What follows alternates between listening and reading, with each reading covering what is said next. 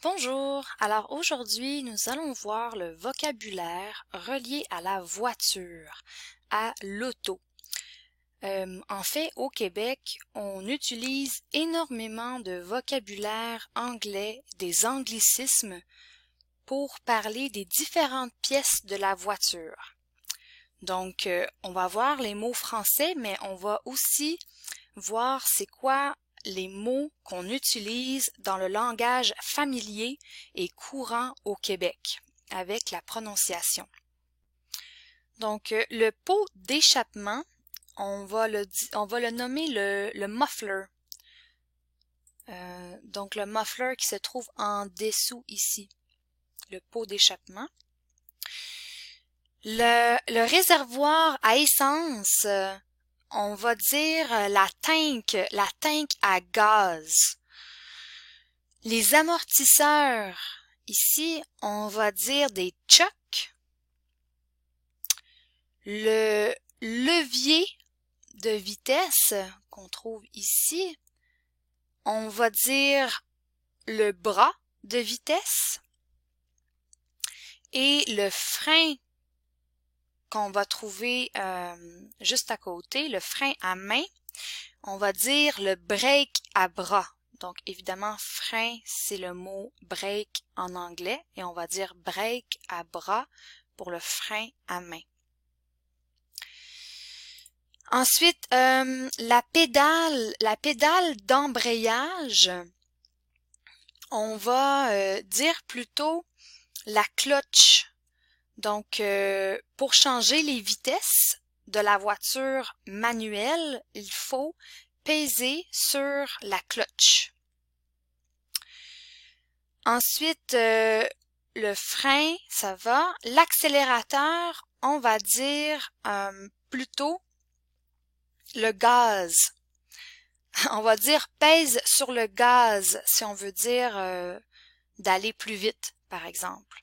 On peut aussi dire peser sur le champignon. C'est une expression pour dire peser sur l'accélérateur. Ensuite, les feux.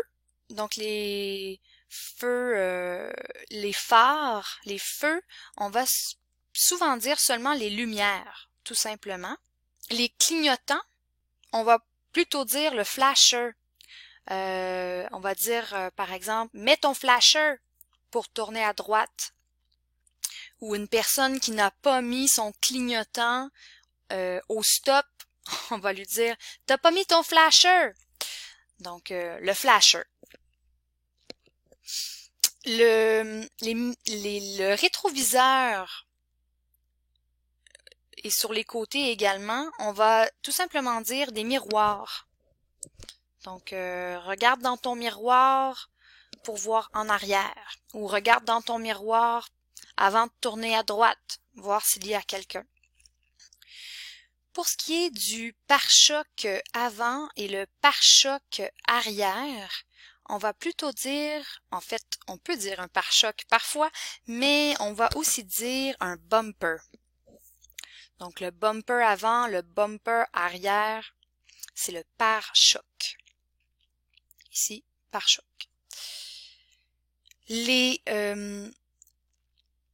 essuie-glaces, on va souvent dire aussi des wipers. Wiper. Puis le tableau de bord qu'on ne voit pas ici, mais c'est à l'intérieur de la voiture, juste en dessous de la vitre, ou plutôt ici du pare-brise ou du windshield, qu'on peut aussi dire. Donc, en dessous, à l'intérieur, c'est le tableau de bord. Au Québec, on va souvent utiliser le mot dash pour dire le tableau de bord, donc le dash. Également, le coffre de la voiture, on va aussi dire la valise. Ouvre la valise, je veux mettre des choses dans ta valise. Peux-tu ouvrir ta valise, s'il te plaît?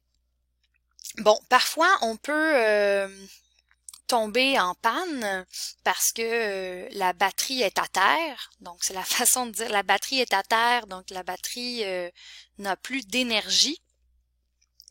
Alors, on doit utiliser, bon, ici on dit des pinces crocodiles, mais au Québec, jamais vous n'entendrez des pinces crocodiles. On va dire des câbles à booster.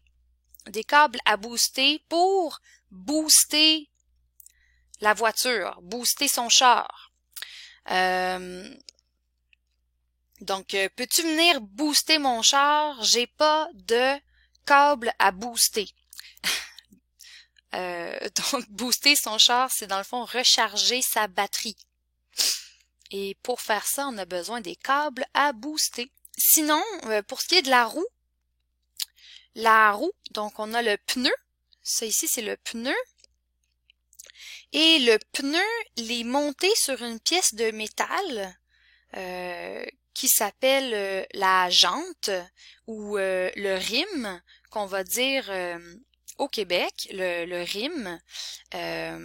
Donc, un pneu monté sur les rimes, c'est un pneu qui est beaucoup plus facile à changer quand on change les pneus d'hiver pour les pneus d'été. Si les pneus sont montés déjà sur les rimes, c'est beaucoup plus rapide. Le garagiste, parfois, va demander si vos pneus sont montés sur des rimes. Et parfois, les rimes sont rouillés et très laids et on peut mettre par-dessus un enjoliveur ou bien un cap de roue, qu'on va dire au Québec. Donc, on va mettre le cap de roue par-dessus le rim pour cacher le rim qui a beaucoup de vie, qui est rouillé avec le temps.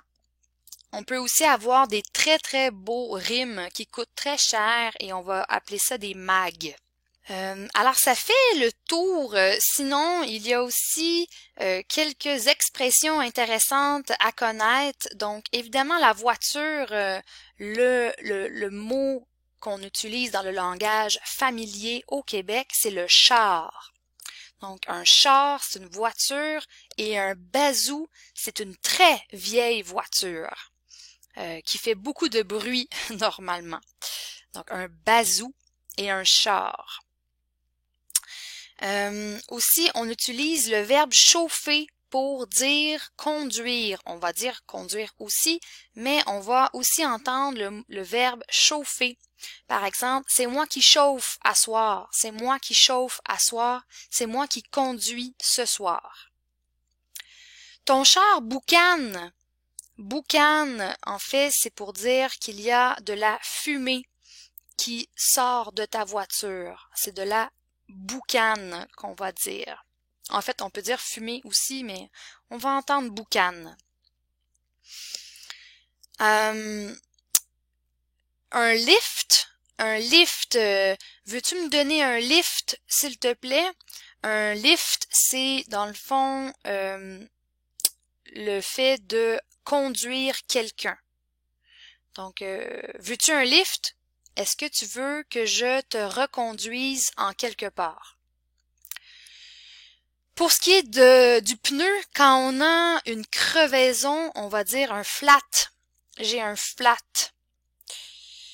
Et si on n'a pas de pneu de rechange, parfois il faut appeler le towing. Donc la remorqueuse, le véhicule qui va venir chercher ma voiture. On peut dire un towing pour venir chercher la voiture parce que j'ai un flat et je ne peux plus rouler sur la route.